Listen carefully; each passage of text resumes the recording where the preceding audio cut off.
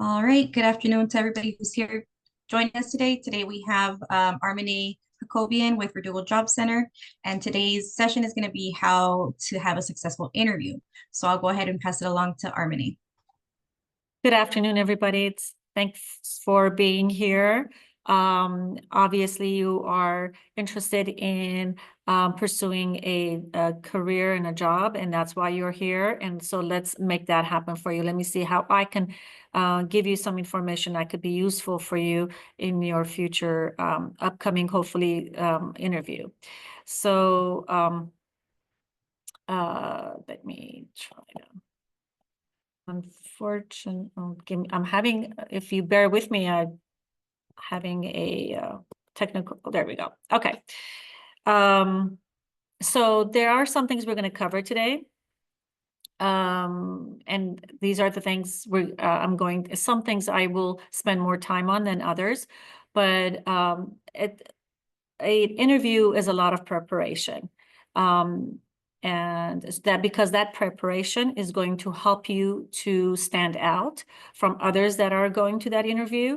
And also it's going to help you not to be as nervous. There is no one that I know that can walk into an interview and not feel nervous, a little bit of anxiety, those butterflies in the stomach, which then makes you tongue-tie. But the only way to combat that, to make sure that you come across like the perfect candidate, is to prepare in advance. And one of the first things that you need to prepare for is to learn about the company that is going to be interviewing you.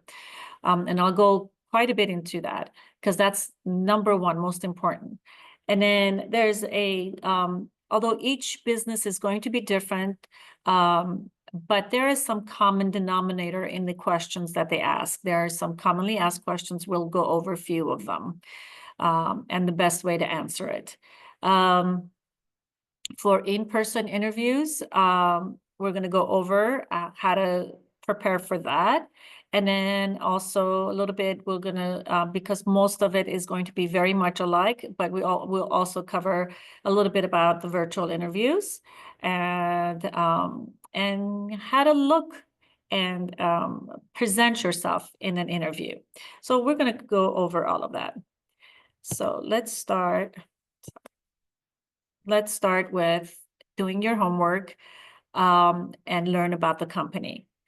Basically, any company that you go interview for, they don't want to just hire someone who's looking for a job. They want to hire someone who's looking for to be part of that team, to be for that. Because if you're just looking for a job, then you're here today and maybe gone tomorrow where a better opportunity or better job comes along. And obviously, if you're looking at it from your point of view, that's perfectly fine. But from a point of view of an interviewer or an owner of a business or a manager, they want someone who is the right fit for the team, for the company, and then and if they are, and they're interested in the company and where the company does and where it's going, then you're going to stick around longer and be part of the team and be part of the family. So that's who they're looking for, and also to show, and they also want someone who's also enthusiastic. If it's not just a job, but you're actually interested in that industry or interested in that company, then you'll show more enthusiasm. So the way you show that interest is finding out about the company in advance. You go on their website, you go to their About Us page or section, and you read about the company. What do they do? What do they sell? When did they start? How long have they been in business? Are they new? Are they been around for a long time? Are they supporting any nonprofit organizations like Cause, Save the Whales, Save the Hungry Children, or whatever that may be? So you want to find out as much about the company as possible and as much about the actual position. Yes, you read the position somewhere, but you can do and make sure you actually read the position again before going, because that'll refresh your memory about what you applied for exactly. Because if you're job searching, you're probably applying to so many applications that, and when you get invited to interview, you kind of go, okay, what did I do? When did I do this application? What was this company about? So it's very important that you reread the position, and because what's important to that company and what the person needs to be doing is in that position description, and learn about the company. Absolutely. Because if you, in the interview, if you show that you actually throw in some facts about the company, that impresses them. Number one thing that we hear from employers about those who interview hiring managers, it's that when someone comes and they don't even know what the company does and they're there for an interview, so that turns them off about that person. So if you want to stand out, absolutely impress them by how much you know about the company, and throw in facts. Oh, I read that you had an increase in revenue of 20%. You must have a great team, and I would love to be part of that team. Or I read that you donated $10,000 to a hungry children, whatever organization, or ABC organization, that is so close to my heart. And that's, that I would love to be part of that, because that's, I also care about that organization, or care about making sure nobody goes hungry, or whatever that is. And that you're basically saying that the values, the mission, and the vision of that company is in par with your values and your standards and your vision. And that way you're a perfect fit for this company. Okay. All right, let's go to the next. And there's some, like I said, there's some commonly asked questions, and the best way to make sure that you don't get tongue-tied, that you practice and practice and practice these questions. And the end, you can do it with, if you're working at a workshop center, you have a case manager, you can practice with your case manager, practice in front of the mirror if you have nobody else, or practice with a friend that's not going to be constantly laughing. Your friend or a relative also needs to take this as seriously as you do, so that you can. Oh, by the way, there's lots of websites. I haven't tried a lot of them, because I actually have quite a few clients that I do go through a mock interview with. So they have me, but I have come across many links on the website, actually through Google. And part of it, one of them is actually even through Google, that helps you with practicing some questions. There's even a website that you can videotape yourself answering the question, and so on. But even if you do that, but if you don't want to do that, just simply do it in front of a mirror, and that is how, that'll help also. Okay, so let's go through some of the very commonly asked questions. They'll be, tell me about yourself.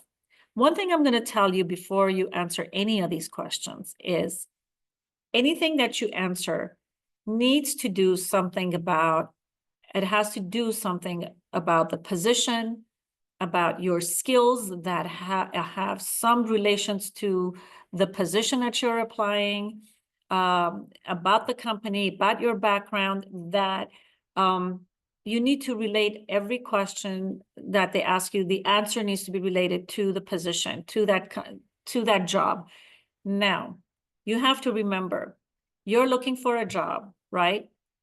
But the company, if you look at it from the company's point of view, the company is saying, if I give you this job, what's in it for me? How are you going to make me help me make more money, help me save more time, be more efficient? So these are concerns that the company has.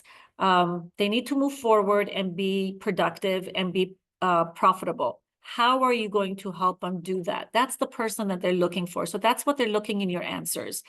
So when you are going to tell them about yourself, they're not talking about your personal life, but your professional life, how that relates to them. And then, and again, and remember, anytime that you're answering a question, practice it so that you don't go over 2 minutes. If you've gone over 2 minutes, even 2 minutes is at the edge. If you've gone over 2 minutes there, you'll realize in their body language that they're probably rolling their eyes. They've already lost you. Okay. Another commonly asked question is, what is your greatest strength? And respectfully, they'll also ask you, what is your greatest weakness? So these are things that you want to know, but you gotta have a, if you're going to be answering a question about what is your greatest weakness, make sure you come up with a weakness that you can follow up with what you're doing to correct that weakness or eliminate that weakness. So don't just bring up a weakness. For example, let me bring up an example about myself. My Spanish, I'm a case manager, so I should know more Spanish than I do, but I don't. That's a weakness. So that's what I'll bring up if I'm being interviewed for a similar position. However, I'm going to follow it up with saying, I'm constantly using Google Translate to learn more. I'm constantly asking my Spanish-speaking coworkers to assist me with some words. And whenever possible, I do take classes to improve my Spanish speaking skills. Now, if you're going to come up with something, like about organization or something, okay, follow it up. If you're not as organized, how are you dealing with that? You're going to come up with, well, I've learned to use Microsoft maybe Google Calendar or alerts and stuff to keep me on task and things like that. So never leave a weakness without a follow-up about how you're going to address that weakness. And of course, your greatest strength, again, related to the job. Find out what are some of the skills that they were requiring and pick one of those skills that you know. I mean, obviously, you know how to do that skill because that's why you applied and that's why you have been invited to the interview. So pick one of those skills and talk about how strong you are in that strength, in that skill. Another question would be, why should we hire you? Again, if you know what the company needs, why do they need that position? Or how are they doing in the business world? Then you can say, I meet all the minimum skills, and besides that, I also meet all the preferred skills that you have been looking for, and I believe that I have all the skills and knowledge and experience that you're looking for that fits this position. And I really believe, knowing what I know about your business culture, I will be a good fit in your team also. So you want to say that you meet everything that they're looking for. You're the kind of person you are, that you will fit in their culture, and all the skills that are necessary, you have them, and the necessary experience. And then why do you want to work here? That could be another, like, why have you chosen Coca-Cola over, I don't know, and Powerade? I'm just using that as an example. But that's when your research about the company is going to come in very handy.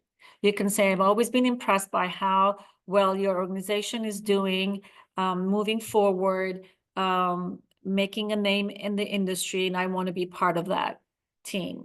Or what, this is where you're really going to stand out if this question is asked. And even if this question is not asked, try to bring it up in the conversation, because this is where you're going to shine with all the knowledge that you have about the company. And then there'll be more questions about, tell me about the time you failed. Basically, they want to know when there was a problem that you faced, and there won't be any position or any job that is not going to have a day that you're going to have some sort of a challenge that you faced. So They want to know if something comes up that, a challenge comes up, a problem comes up, how do you go about saving the day? How did you go about fixing the problem? How did you go about solving that issue? Did you show that the stress got to you, or you actually came up with a solution and saved the day? So you can come up with an example of that happened and how you went about, and have it ready, because that when they ask, you want to bring that up. You don't want to keep thinking. And I've actually, when I was myself job searching, they asked me that very question. And because I had such a wonderful experience in my past job before I was laid off, that I couldn't, at that moment when they asked me, I couldn't come up with, not one challenge. Obviously I had them, it's just I hadn't never thought about it. By the time I thought about it, I had lost the interviewer. They said, okay, well, thank you for answering the phone, goodbye. Let's go. Oh, and then of course, after that, I remembered all these challenges that I had to face. But have one example ready, have it ready to go that shows your competency, that shows that you're sharp and you're prepared. They also want to know, if they hire you, how are you going to help them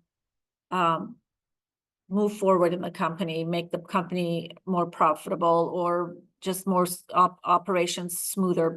Because anytime the operation moves forward smoother, it gives them the opportunity to be more productive. More production means more money. So basically, it's all about, what can you do for us? So if they're asking you, can you, describe a time that, like where you brought a positive experience to the company, talk about, have a example for that also.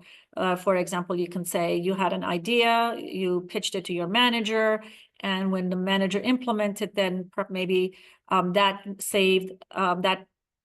It could be something that you came up with that they changed the procedure, and that saved some time for the company. Maybe you came up with an idea and that brought in more money for the company. Come up with another also example that was a successful story in your time at your work. They may ask about something like that too. I want to stop, since I've been talking for a good 10 minutes or so. I want to stop and see if anyone has questions before I move on. If you have any questions, don't hesitate to let Lisa know, so that way I can answer those questions before I move on. Okay. I think we're good on questions. I don't have anything in the chat. Okay, perfect. Okay, let's see. Let's see what else. Okay. They want to know also how you can get along with your either coworkers or customers or your clients. So they'll ask, tell us about a time where you had a disagreement with client. Okay. Well, you know how they always say your customer's always right, or client is. So if you have a story like that, you can bring, someone came on, they weren't happy with our services. And then you can bring that example of how you solve that client or that customer's issue.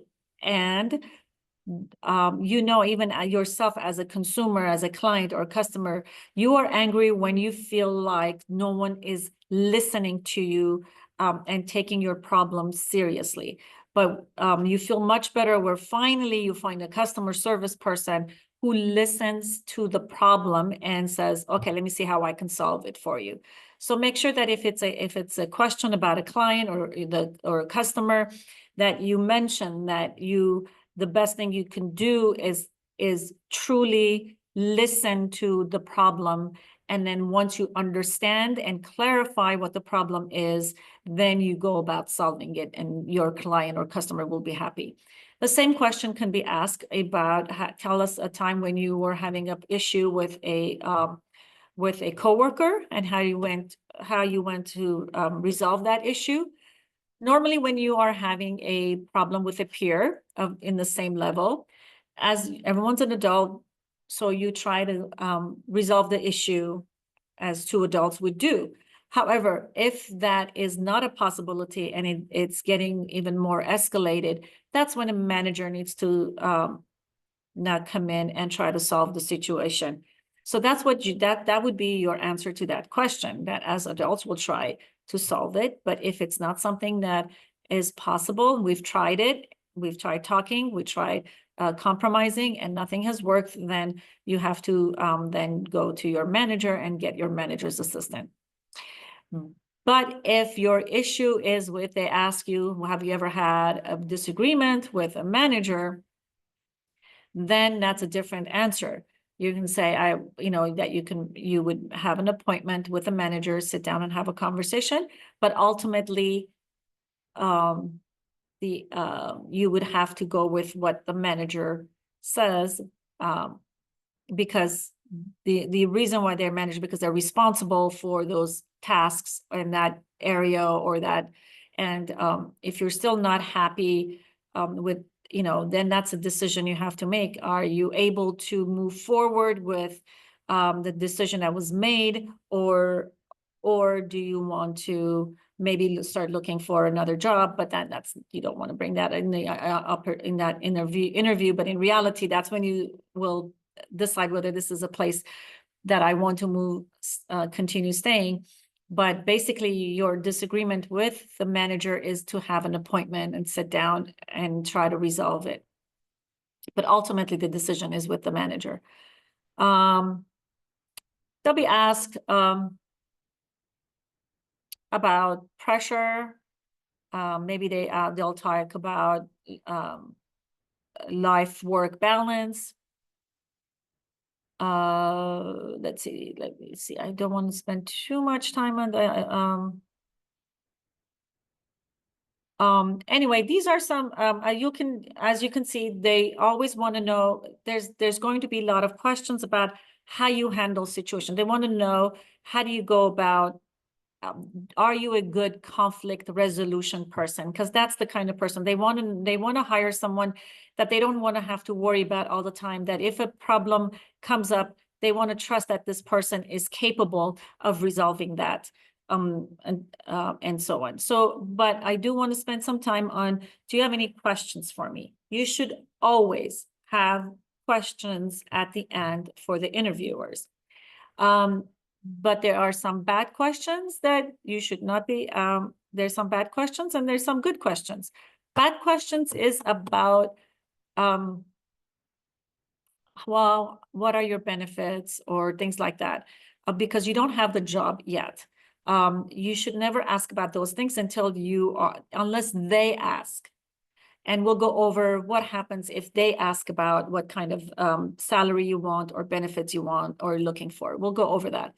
But it's a couple of safe questions that you should be asking, or there's some more, but a couple that comes to mind is, what challenges do you see facing on day-to-day basis for this position?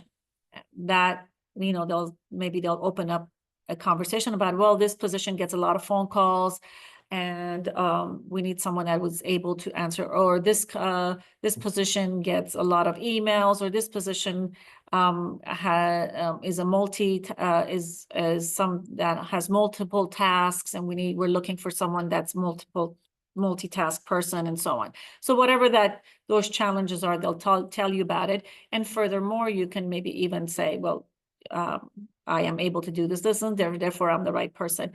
Or they might, another safe question would be, who is the ideal person that you see for this position? And then they'll say, we are looking for someone with blah, blah, blah, whatever the ideal personality traits or skills are, they'll bring up. And then after that, you can use some of that answer and say, well, I feel like I am very suited for this position because I do have these skills that you just mentioned, and so on. So these are some typical things. Whatever you have in your resumes also available for them to ask of anything that's in your resume. Make sure everything that you have put in your resume is something that you've actually done. If you used AI to write that resume and you didn't, and then you didn't review it and you didn't really do that, let me just go back and say, if you have used AI to create a resume, make sure you edit it and make it personalized to you. You probably won't get an interview if it's completely AI, because employers just don't like that AI robotic, doesn't say really much about you type of a resume.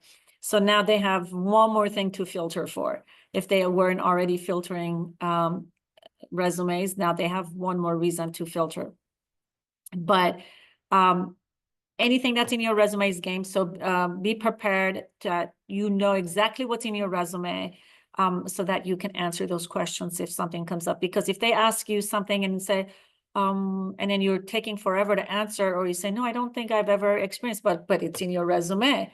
So that, because they'll ask things also to verify that what's in your resume is what you actually have done. Because if they are a manager, then they know that job very well. So they can ask some questions and see whether you were really truthfully know the skills and the experience that you have in that resume. So if you wrote down, you speak Spanish, I hope you speak Spanish, because they made the person interviewing you might also know Spanish and say something in Spanish. And if you don't speak, you can't answer that in Spanish, you might not be called again. Thank you very much for coming. Okay, so let's go to our next. Okay, so the uncomfortable subject of salary. So if they you should never bring that up during an interview, but should they bring that up, be prepared for that. That's another thing you need to be prepared. Find out what the market going price is, or the rate is for that job. There are many sites you can find that out. You can just see, what everybody's offering when you're going on Indeed looking for a job. And never give them just like one number, because if you give them one number, you're kind of putting yourself and them in like a corner. Give them a range. Say, well, the market rate is between, let me just bring up an example, 21 and 26. And with my experience, I really feel I deserve at least a minimum of 25. However, that tells them that you're willing, even if they're not willing to pay 25, but you're willing to go at least between 21 and 25. So give them a range, but don't be stuck on one number. Don't just say, I want $20 an hour, or something like that. Just give them a range and back it up with what's in the market. So even if they hadn't realized what was the market paying, that opens up their eyes, and then maybe they're willing to go up a little bit more. But find out what the going rate is and give them a range.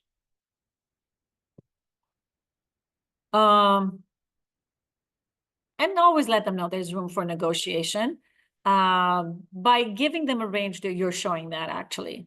You don't want to go too low. You don't want to go too high. So that's why that range is still very, very important. And the best, and I'll hear some, you can go on LinkedIn and find out about, there's a salary tool in there. You can go on Own It online.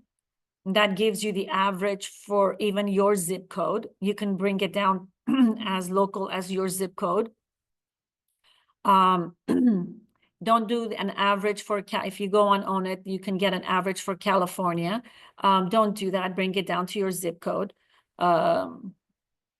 Because some jobs are more competitive in certain zip codes. And like, for example, if you're doing manufacturing, like City of Vernon has tons, or City of Industry has tons of manufacturing companies. So they're all competitive. as opposed to if there's only one manufacturing company somewhere in California, they don't have to be competitive because they're the only game in town. So make sure that you bring it down to the zip code. And you can always ask around. You know, that's people that you know in the industry. But know that usually your hourly is based on your experience. So if you know yourself that you don't have as much experience, so obviously you don't want to go as high and you want to stay in the middle. And if this is an entry-level position for you and you're hoping to get a foot in the door and to start this career, obviously you want to be a little bit towards the lower end. Okay. If you have a gap in your employment, be honest about that, but be strategic.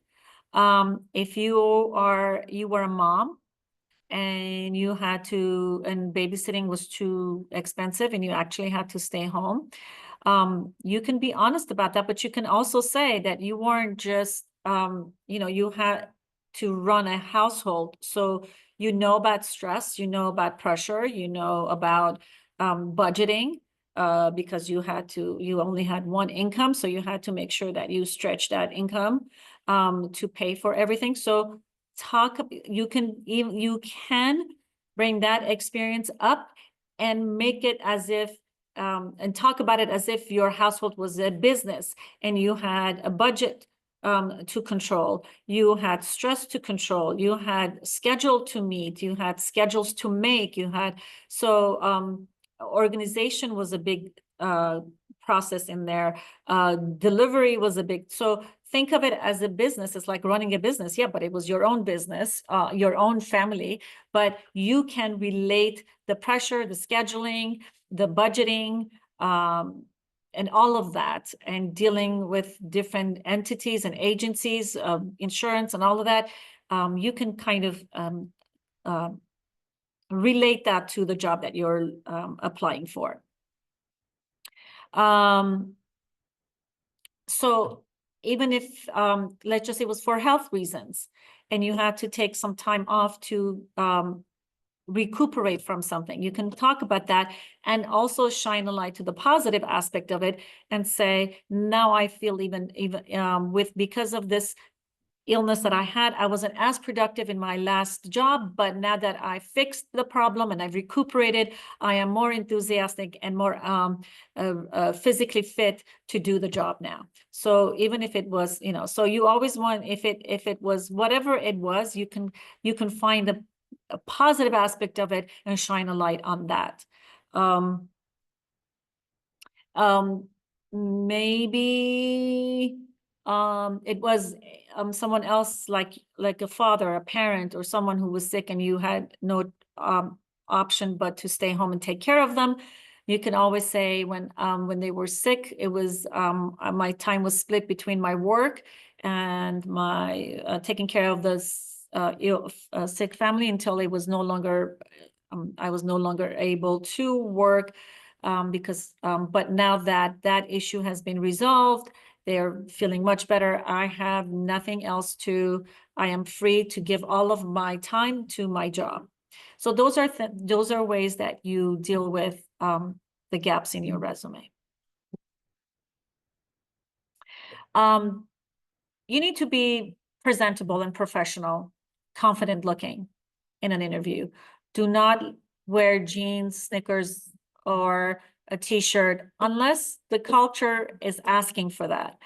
But most of the time, we're talking a typical interview, you do need to look professional. You don't have to be in suit and tie, but definitely a clean shirt, clean skirt or pants. Don't forget the shoes. Shoes got to match the outfit, meaning the cleanliness of the shoe or the color of the shoe.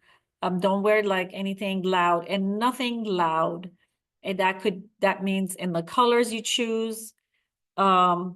as the shirt or the pants or the shoes that you're wearing, the colors you choose to do your makeup, the colors you choose to do your hair, the um, the the largeness of the jewelry. Nothing should be screaming out. You should look professional, because as when you are hired, you're always going to be for as long as you work there, you are representing that company, and that company wants to be represented in a professional manner. So in front of customers, in front of clients, in front of other vendors, whatever that may be, they want to know that they can count on that you're always going to be representing the company in a professional manner, and that you actually respect that process, and you by wearing something professional, that the whole interview, they want to feel that you respect it and you are grateful for that opportunity. You welcome the opportunity, and you're showing it by showing up professionally. So don't leave it for the last minute or last day. Please take care of that at the latest the night before. And be well groomed also. Let's just say it's a summer interview. You're already nervous. You probably maybe you parked 2 blocks away. By the time you walk to the interview, you are sweating. So make sure that you take the time to before you step into an interview, that I always have like body wipes in the car just for those terrible summer, no matter where I'm going. So make sure that you have something to take care of before you walk into the interview. These are things that are common knowledge, or you might say, okay, I'm not a kid. Why are you even saying that? The reason why we bring these things up is because these are things what we hear back. These are the feedbacks from HRs or hiring managers, where they come back and tell us, we couldn't believe what the person was wearing, or and things like that. And that just reminded me of something that I didn't mention before. Do not bring up I don't care what type of poster or something you see on the walls, do not bring up anything controversial.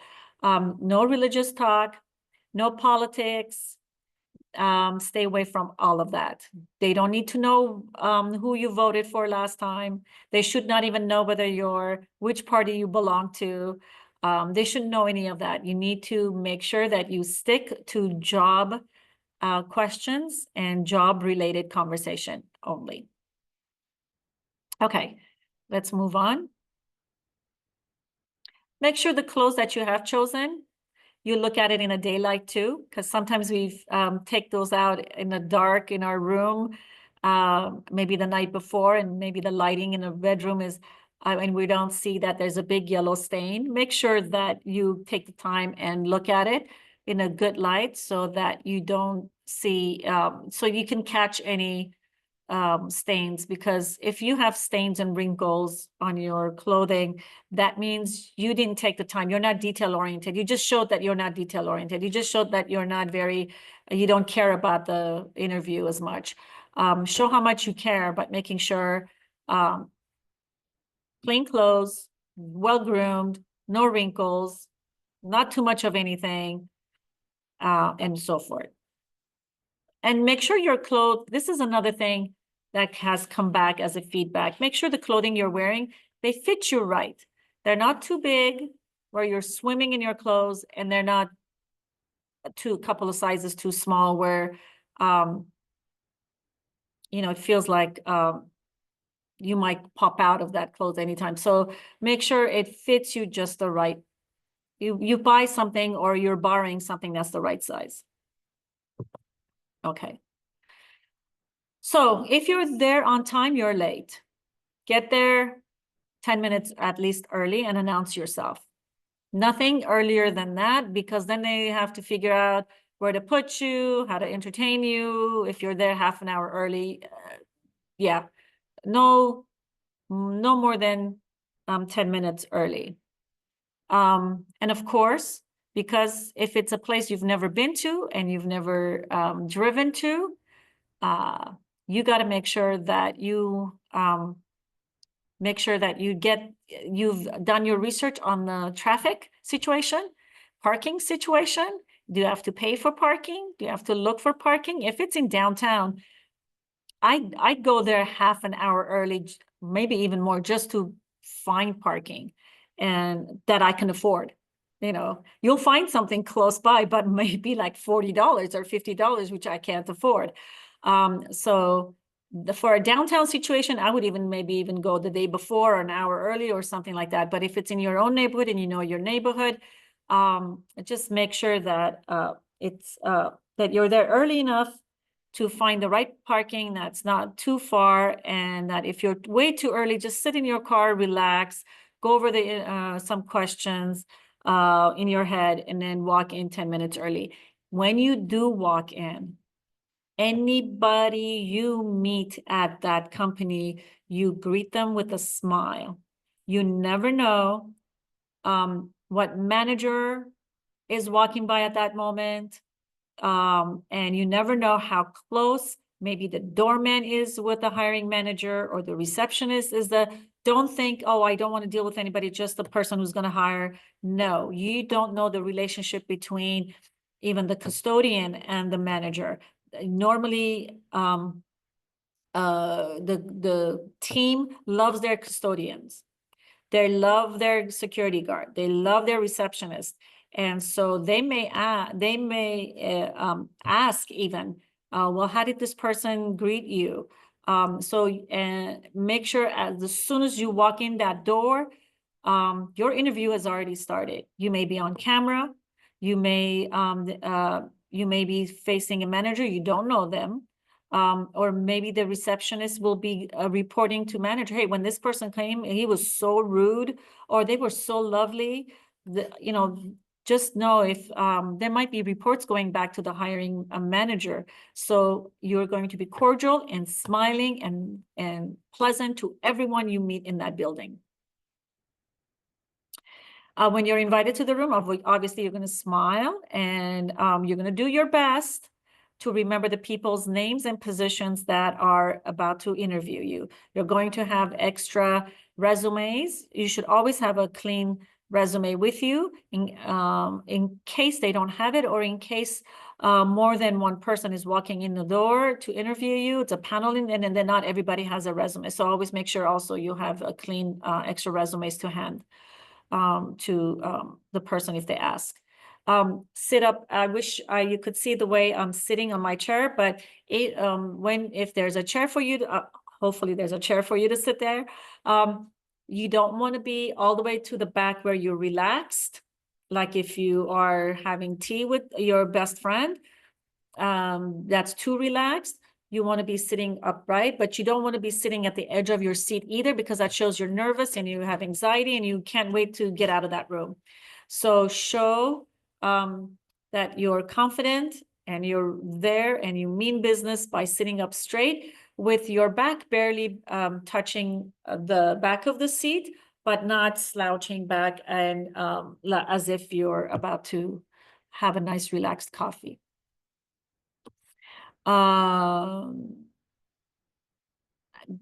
Yeah, make sure you're answering the questions on point and you don't stay on them too long. You'll know when you've gone too long because you'll see them on their faces.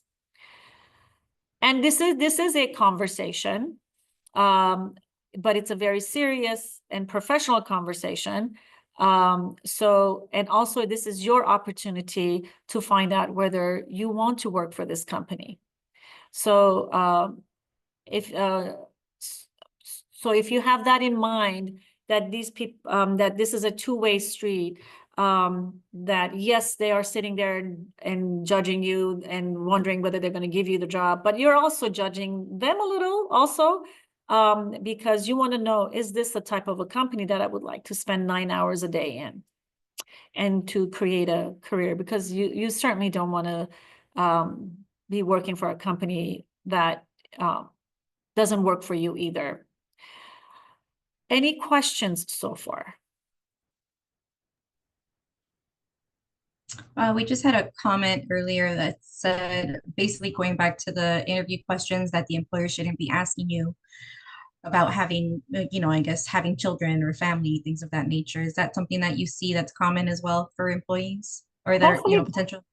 hopefully, like I said, every business is going to be different. So there are businesses that are very mom and pop. Hmm. So they can't afford to lose even one worker for 1 hour. So who knows? They may ask that question. It is not the most appropriate question, but even if they ask you and say, yes, and if you have children, yes, I do, but I already have babysitting set up, so my childcare is not going to be an issue. Hmm. And be very frank about that. Yeah. I had a question for you earlier. Um, I guess like, when they ask you your strengths and your weaknesses, I don't know, I've heard this before, if this I don't know if this works or not, but they also say like, try to, like, if you have a weakness, try to also use that and integrate that as that it's not only a weakness, but it's also a strength at the same time. Like Mhm. use a strength and a weakness that is the same, so you can kind of like, it's like a double-edged sword, I guess you could say, Yeah. just how. An example of that, I'll bring an example. An example of that is when you are so concentrating on your work Hmm. that, and because you want to do such a good job, but you um, lose track of time. But then yes, you're concentrating on your work, you're focusing and you're doing a great job, but you're also losing track of times. But you still losing track of time is not a good thing. So you have to tell them, okay, in order for me not to lose track of time, then this is what I do. The other thing is, oh, I just had another example like that in my head. I'll come up with it. Okay. Let me see. Not the about being a perfectionist. Oh, I want I'm one of those perfectionists. I want everything to be perfect, but when I like everything to be in order and perfect. So but then if you are focusing on making everything perfect, then you again that keeps you from doing your other jobs and things like that. So how would you, yes, your perfection um there's another word for people that are, which escapes my mind. Um, but that is also, um, it could be, although it's a strength, but it could be a weakness because then you're probably not getting to other things that need to be done at the same time. So what do you do about that? So being a perfectionist is not necessarily, it's good, but it's not necessarily good at Bad. all times. Yeah. Yeah. Okay. All right, let's see. Anything you say, you still have to figure out a way that how do you keep yourself from falling into that trap kind of thing. Yeah.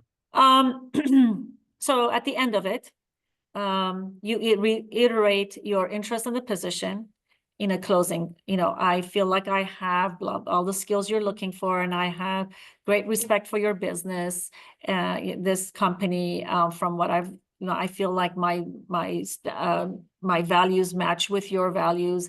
I really I'm hoping that I will be considered as a candidate.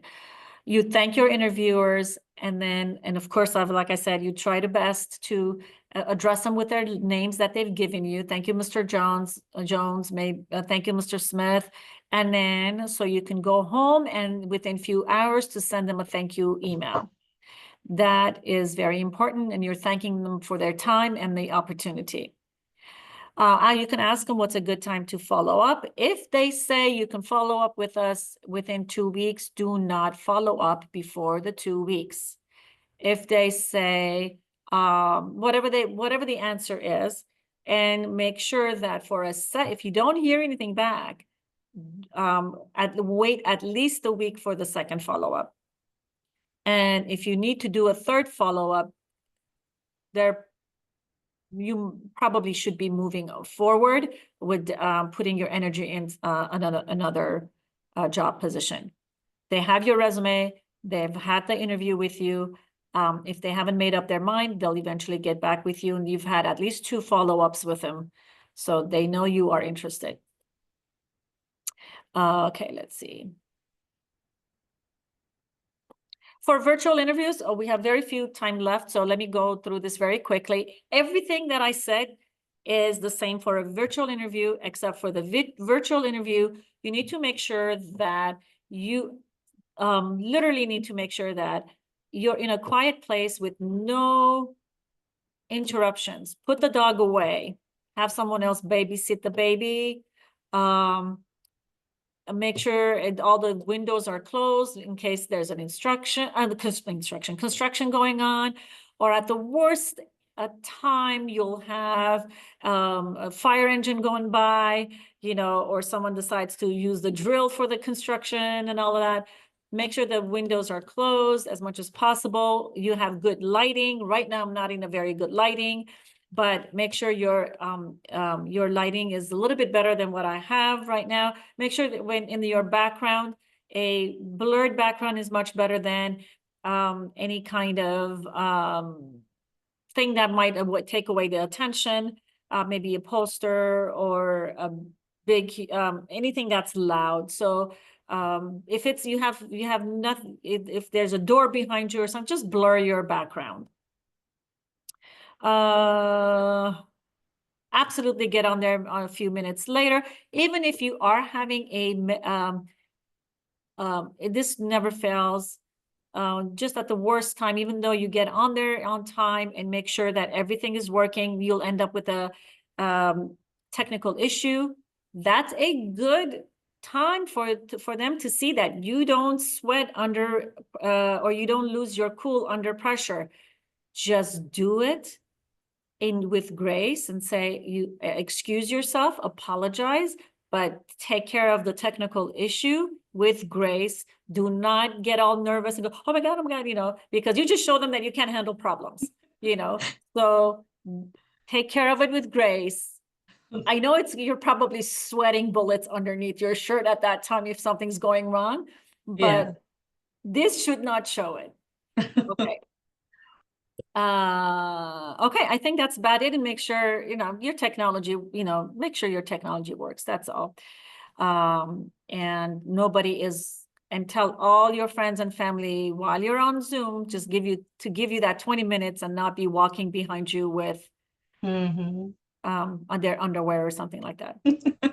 Because that showed that you didn't control your environment, that you didn't prepare, that, just do whatever you can to have a successful virtual interview without any interruptions.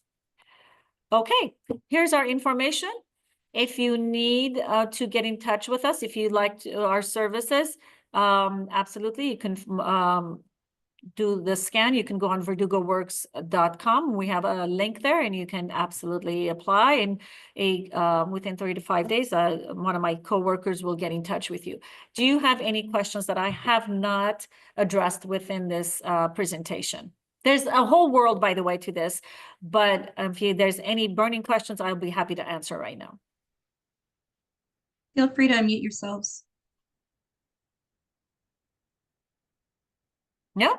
Okay. All righty. Well, good luck with your interview. And again, don't forget to prepare. And there's lots of information on that on LinkedIn, you can Google. There's a lot of information. Just make sure that you're prepared. And have a great afternoon, everybody. Thank you so much, Armene. We appreciate you. And thank you, everybody, for being here today. All right. Bye. Bye-bye.